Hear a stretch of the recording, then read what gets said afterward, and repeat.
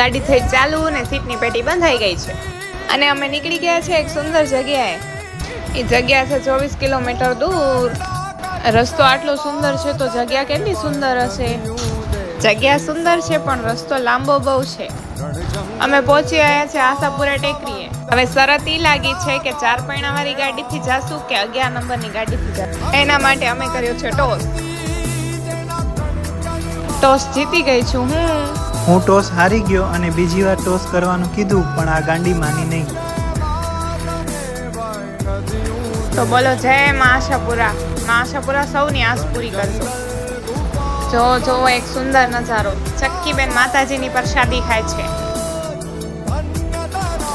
આ છે ટેકરીની ઉપરનો નજારો.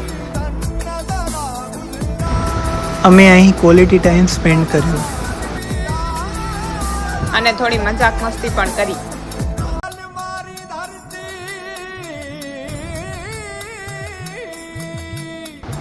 તો આ છે અખંડ ધૂણો.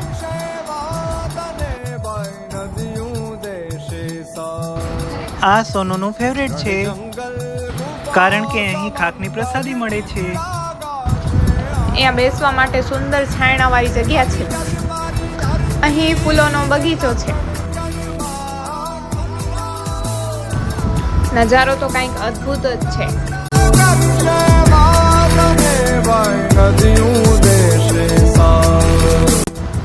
અમે નીચે ઉતરીને વનભોજન કર્યું ને અમારી સાથે ખિસકોલીએ પણ વનભોજન કર્યું. અને આ હતો અમારો આશાપુરા ટેકરીનો અનુભવ.